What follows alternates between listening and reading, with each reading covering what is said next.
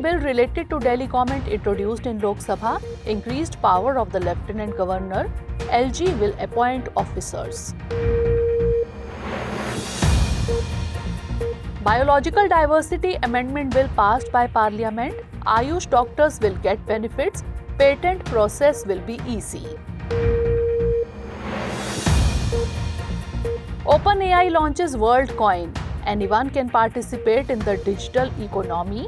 Economic opportunities will increase in future. Plastic overshoot incident recorded for the first time globally. 12 countries responsible for mismanagement of 52% of plastic waste.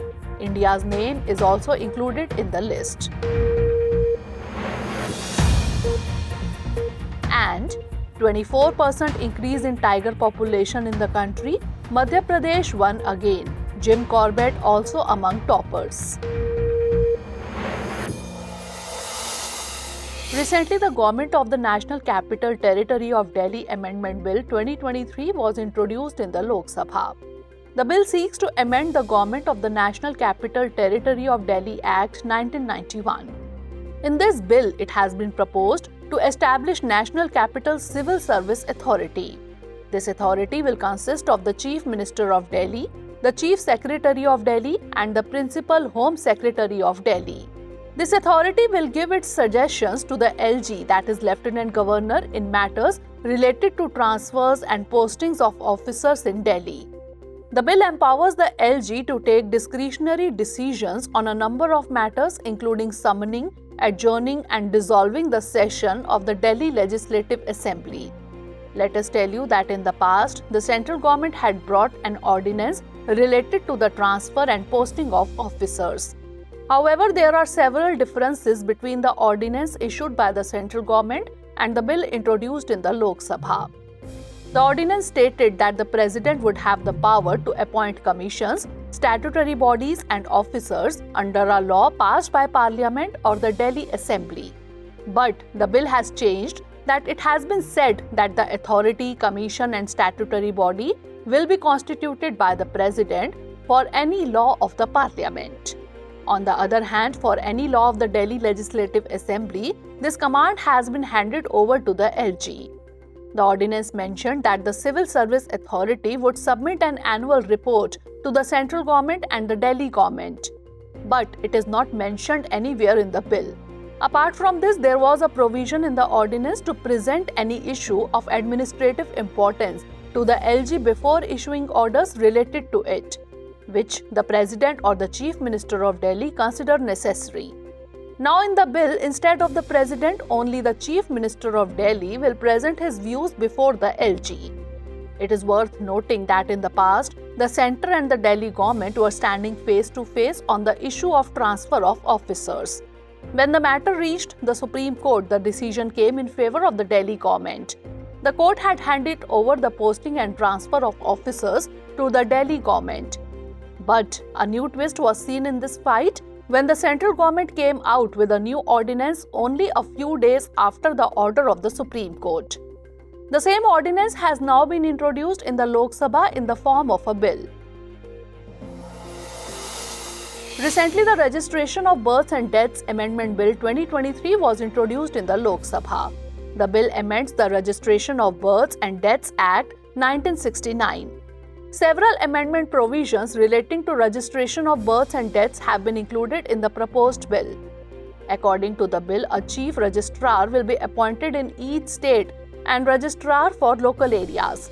Apart from this, it has been proposed to change the name of Registrar General to Registrar General of India in the bill. The birth and death data registered by the registrar will be shared in a national database. According to the amendment bill, certain persons will have to submit the report of birth and death to the registrar. For example, the medical officer in charge of the hospital where the child is born has to report the birth. Apart from this, in cases of birth, the Aadhaar number of the parents of the child will also be recorded. The use of birth certificate will be mandatory in many areas. This includes areas such as admission to an educational institution, inclusion of name in the voter list, appointment to a government post. The proposed bill states that hospitals will have to give a certificate regarding the cause of death along with the death certificate. A copy of this certificate shall be given to the next of kin of the deceased. If the death occurs at any other place, the certificate will be issued by the medical practitioner attending to the person in such circumstances. Other than this, if a person is not satisfied with any action or order of the Chief Registrar or the District Registrar, he can file an appeal with the District Registrar or the Chief Registrar. Provision has been made to file an appeal within 30 days from the receipt of the order. Also, the District Registrar or Chief Registrar has to give its decision within 90 days from the date of appeal. Recently, the Cinematograph Amendment Bill 2023 was passed by both the houses of the Parliament. The bill seeks to amend the Cinematograph Act 1952. The bill also includes new age categories for films. Under this, 3 subcategories, that is UA 7+, UA 13+, and UA 16+, have been included in the UA category. According to the new bill, the certificates issued to films by CBFC, that is Central Board of Film Certification, will be valid forever. However, at present, it is valid for 10 years. Separate certificates will be issued for the exhibition of A category and S category films on television or other media platforms. This certificate will also be issued by CBFC. Apart from this, the board can also direct the applicant to amend the films for separate certificate. The problem of film piracy has been dealt with in this act. The bill prohibits recording of any film being screened in a cinema theatre using audio-visual equipment. There is a provision of jail term of 3 years for those making pirated copies of the film. Along with this, a provision of fine up to 5% of the production cost of the film has also been added. Let us tell you that such movies come under the category UA, which children can watch only with their parents. Apart from this, people of all ages can enjoy films falling in the U category. Also, category A includes adult films which can only be viewed by persons above 18 years of age. On the other hand, films made for specific audiences such as engineers or doctors etc. are included in category S. Recently, the Biological Diversity Amendment Bill 2021 was passed by the Lok Sabha. The purpose of the bill is to conserve biodiversity, keeping in mind the needs of the present. This bill has been brought to remove the loopholes in the Biological Diversity Act 2002. According to the 2002 Act, Indian systems of medicine and other researchers had to take prior permission from the Biodiversity Authority for research. But under the current bill, registered Ayush doctors have been exempted from prior permission for research. Its purpose is to ensure the availability of biological resources through the physicians in the manufacturing of drugs, as the availability of biological resources was also included in the prior permission.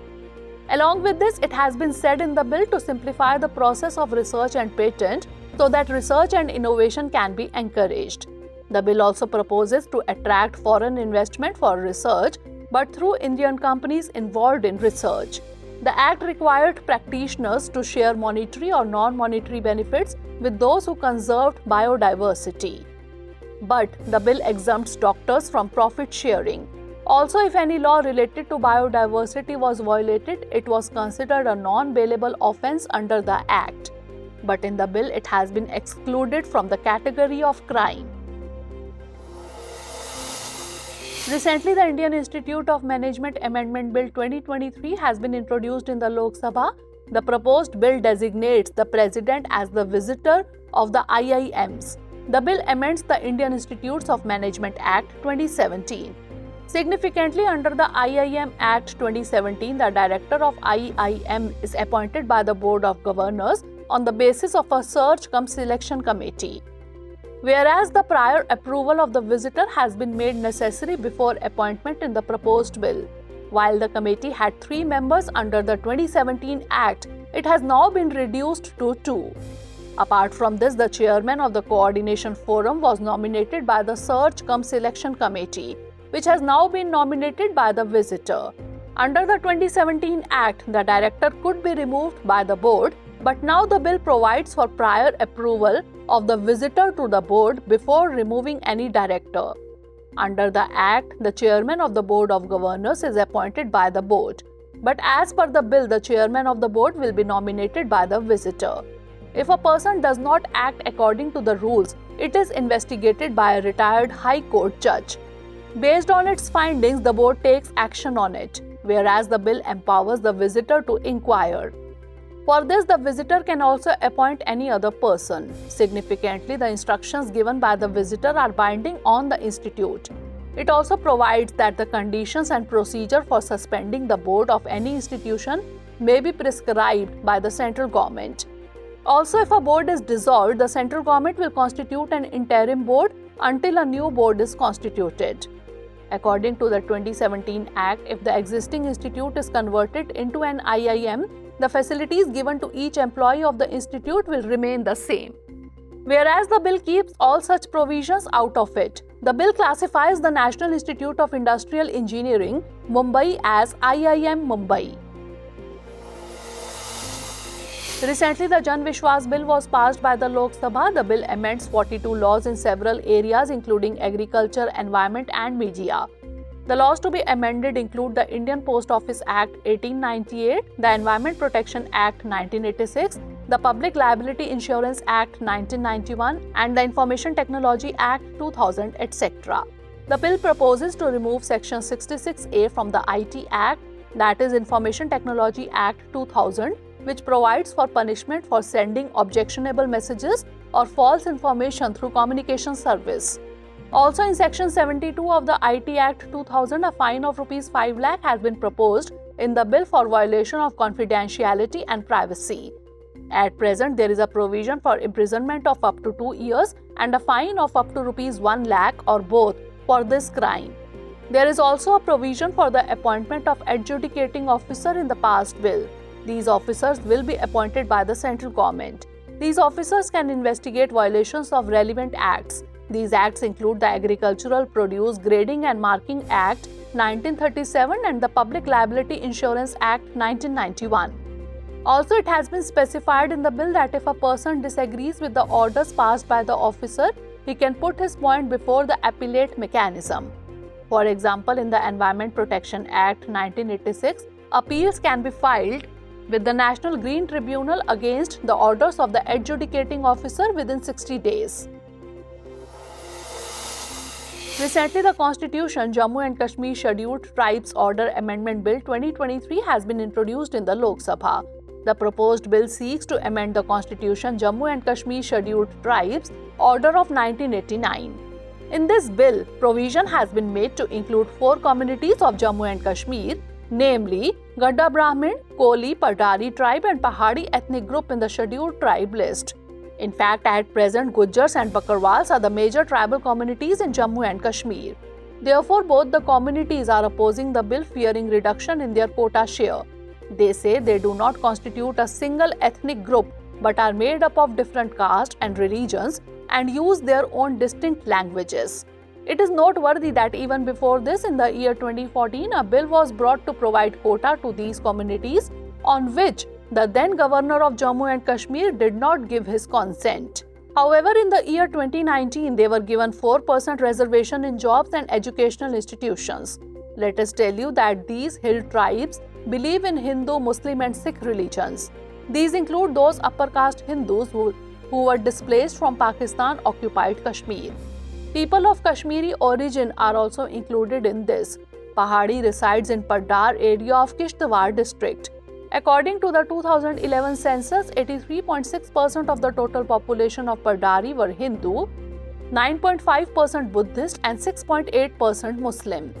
In this, those people were also included who came from some other region and settled in this region and speak Paddari language. The Gadda Brahmins, on the other hand, are a branch of the Gaddis and Kolis are a subcaste of the Sippis. Both these communities, though very small, are already included in the scheduled caste. Recently, Sam Altman of OpenAI has launched WorldCoin. According to reports, WorldCoin is building the largest identity and financial public network for the world. It is believed that economic opportunities can also increase significantly due to this.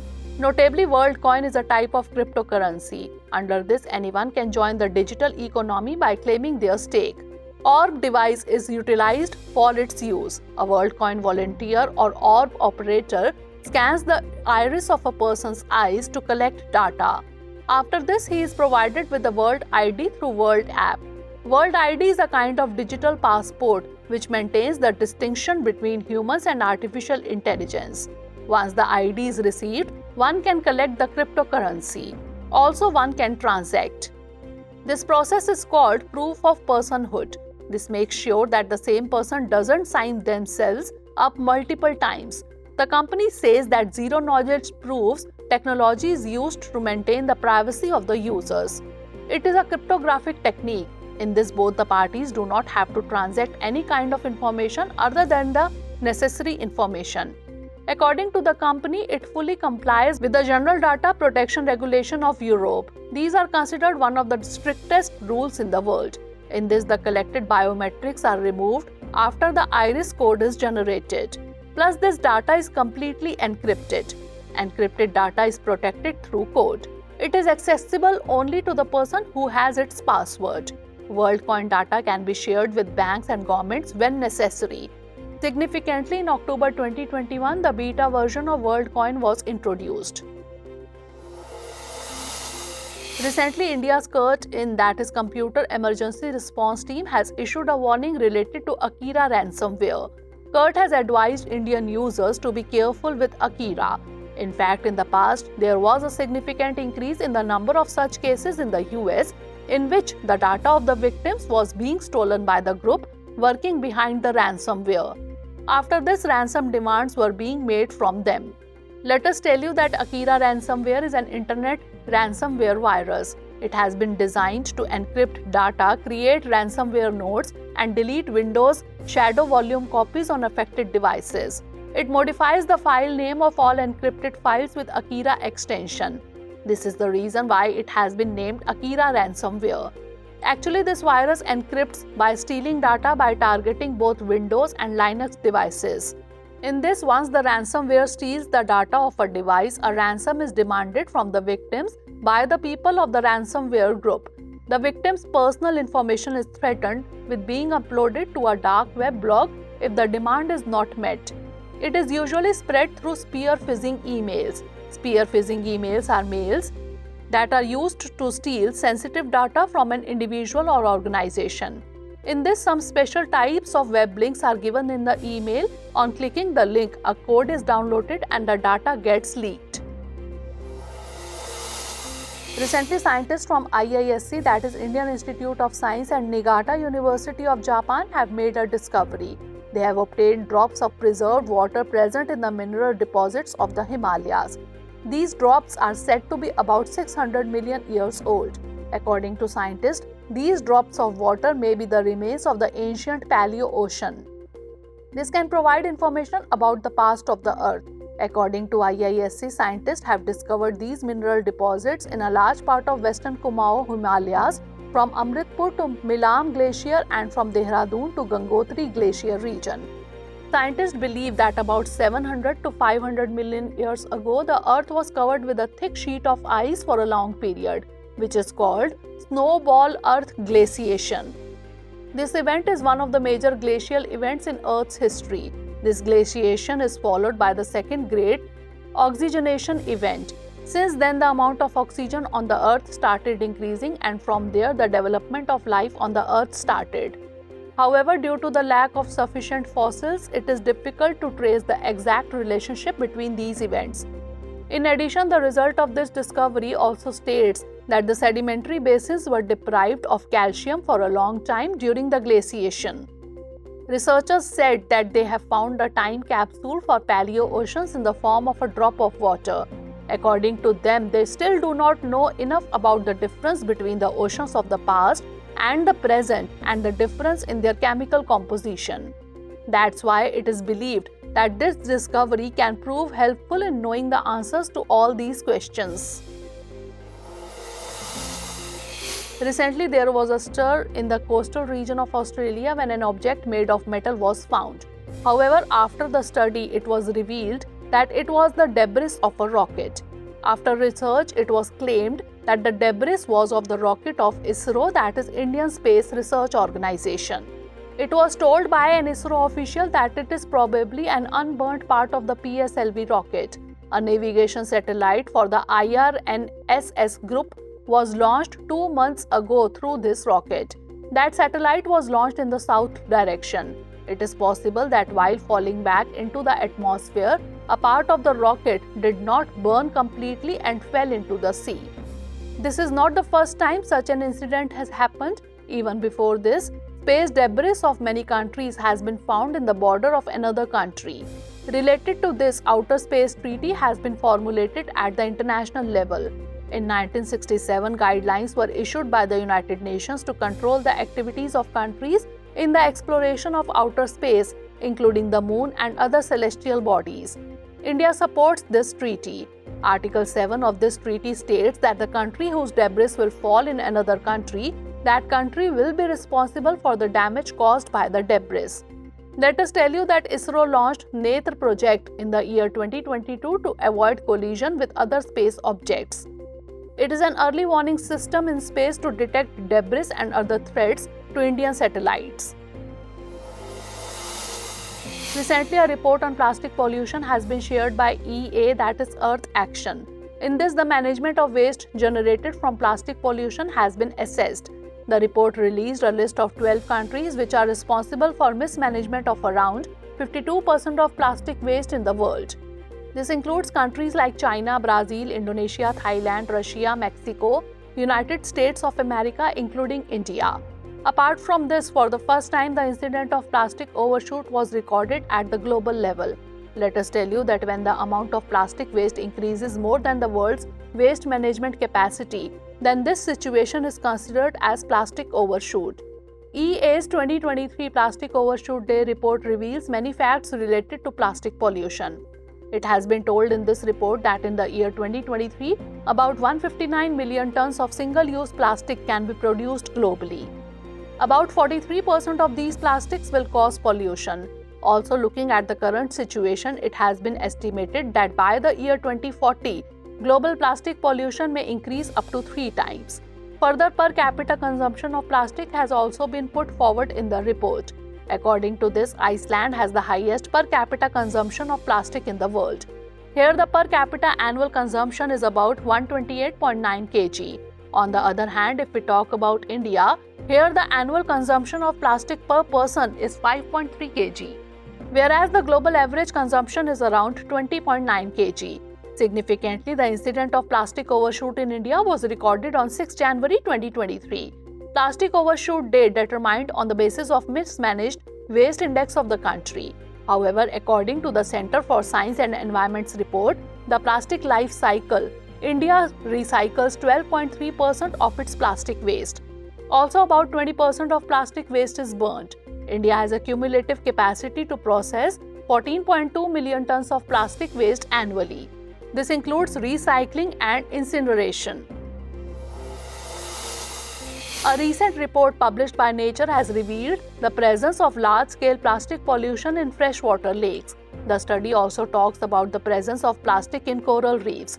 The reason for plastic accumulation in coral reefs is believed to be the items used for fishing. Apart from this, some experts from the San Francisco-based California Academy of Sciences have also talked about the presence of macroplastics in the coral ecosystem in their research. The research included 84 global reef fields at approximately 25 locations. The research included basin areas of the Pacific, Atlantic, and Indian Oceans. Debris was found at 77 out of 84 locations studied. Macroplastics have been found in about 88% of the debris received here. Fishing vessels have been identified as the main source of plastic in surveyed areas.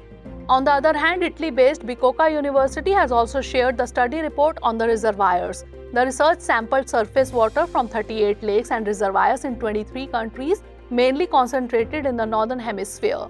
The university said in its research that the presence of microplastics has been found in all samples taken. It has also been said that mainly two types of lakes are sensitive to plastic pollution. These include lakes and water bodies located in densely populated and urbanized areas. The All India Tiger Estimation 2022 report was released on the occasion of Global Tiger Day on July 29. It was released by Union Minister of State for Forest, Environment and Climate Change, Ashwini Kumar Chaubey. According to the report, there has been an increase of 24% in the number of tigers in 2022 as compared to 2018. According to the government, the estimated tiger population has gone up to 3,682 as against 2,967 tigers in the country in 2018. In this way, an annual growth rate of 6.1% per year has been registered in the population of tigers. The report claims that Madhya Pradesh has the highest number of tigers in the country. There are 785 tigers in Madhya Pradesh. At the same time, Karnataka is in second place with 563 tigers. Uttarakhand has secured the third position in this list. The population of tigers in this state is 560. However, a decline in tiger population has also been reported in some areas. These states include Arunachal Pradesh, Odisha, Jharkhand, etc. According to the report, Arunachal Pradesh lost about 70% of its tigers. At the same time, the number of tigers in Odisha has come down from 28 to 20. Apart from this, the presence of only one tiger has been recorded in Jharkhand at present. According to statistics, there are no tigers in Nagaland and Mizoram now. However, the report claims that at present about 75% of the world's wild tiger population resides in India. On the other hand, if we talk about tiger reserves, the maximum number of 260 tigers have been found in Jim Corbett. After this, about 150 tigers are present in Bandipur Tiger Reserve of Karnataka. The number of 141 tigers has been registered in Nagarhole Tiger Reserve of Karnataka itself. Significantly, the government started Project Tiger in the year 1973 for the conservation of tigers. The scheme was launched by the Ministry of Environment, Forest and Climate Change. It provides shelter to tigers in the national parks of the country. Tigers are counted every 4 years in the country. The National Tiger Census is conducted by the NTCA, that is National Tiger Conservation Authority, in partnership with state forest departments, conservation NGOs and the Wildlife Institute of India. Recently, the new chairman of IPCC, that is Intergovernmental Panel on Climate Change, was elected. Professor James Kia of London has been elected as the new IPCC chair. With the end of the election process of the organization, the 7th session was also started. Let us tell you that only a person having scientific and diplomatic skills is elected as the chairman of IPCC. The tenure of the chairman usually ranges from 5 years to 7 years. Also, the duration of the chairman's term depends on the timeline of the IPCC's evaluation cycle. Apart from this, a person can get the post of president only for 2 times. R.K. Pachauri is the only Indian to reach this position so far. He led the 4th and 5th assessment cycles of the IPCC between 2002 and 2015. In cycles, reports are prepared by the IPCC after studies on specific topics. It also provides guidelines for governments to estimate their greenhouse gas emissions and removals. So far, 6 evaluation rounds have been conducted in this organization. Let us tell you that IPCC is a United Nations organization.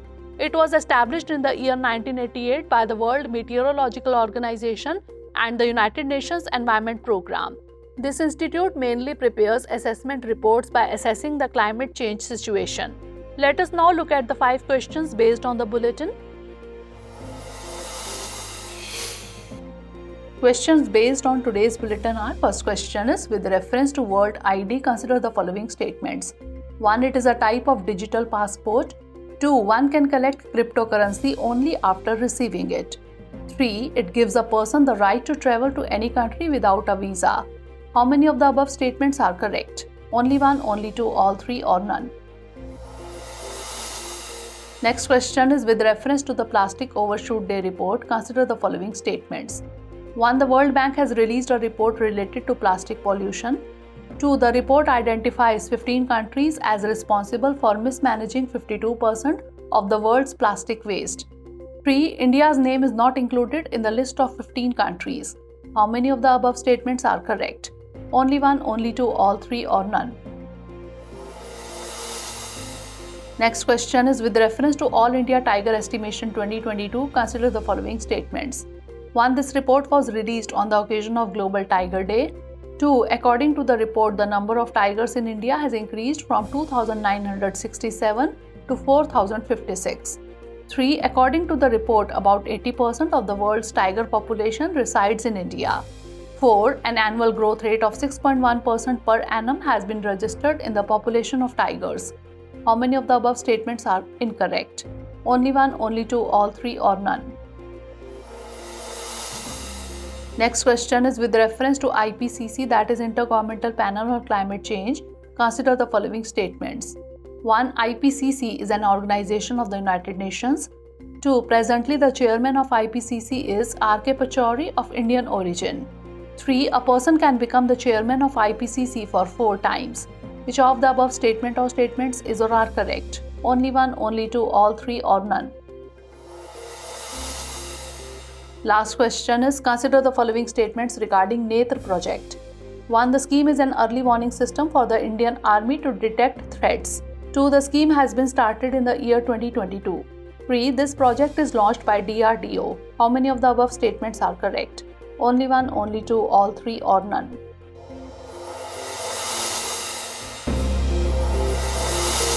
Prime Minister Narendra Modi talked about starting the Meri Maati, Mera Desh campaign in the Mann Ki Baat program. This campaign will be launched to honor the martyred Braveheart men and women. Under this, inscriptions will be made in the village panchayats and Amrit Kalash Yatra will be organized in memory of the immortal martyrs. Soil and plants will be transported to Delhi in 7,500 urns from every corner of the country, and Amrit Vatika will be constructed near the National War Memorial. This Vatika will be a symbol of Ek Bharat Shresth Bharat. Recently, the G20 Empower Summit has been organized in Gandhinagar, Gujarat. The conference was inaugurated by the Union Minister for Women and Child Development and Minority Affairs, Smriti Zubin Irani. More than 300 participants took part in it. It covers topics such as promoting women's education, entrepreneurship, and women leadership. Also, for the first time, 73 inspirational stories from 9 countries have been included on the G20 Empower website. The 51st Citizen Participation Program was organized in the conference. It aims to disseminate the goals of women empowerment to as many people as possible. The Ministry of Home Affairs has approved the Safe City project. This project has been started by the Government of India with the aim of protecting women. A total of 8 cities, Ahmedabad, Bengaluru, Chennai, Delhi, Hyderabad, Kolkata, Lucknow and Mumbai have been included in this. This scheme is completely centrally sponsored. Under the project, hotspots will be identified for crime against women. Along with this, an awareness program will be launched. The program will cover various components like infrastructure technology, which will make the safety of women possible. Recently, NASA has officially announced the launch of its streaming service called NASA Plus. This scheme will be launched by the end of this year. The platform will be based on live coverage of future launches and documentary films related to space. Along with this, the streaming services will also be available on NASA's new website, Beta. The platform will be accessible through the NASA app on both iOS and Android devices, as well as streaming media players such as Roku, Apple TV and Fire TV. President Draupadi Murmu inaugurated Unmesha and Utkarsh festivals in Bhopal. Unmesha International Literary Festival and Utkarsh Folk and Tribal Performing Arts Festival. The festival is being organized by the Ministry of Culture. Unmesh Festival is Asia's largest literary conference. There will be 575 participants representing more than 100 languages from 15 countries.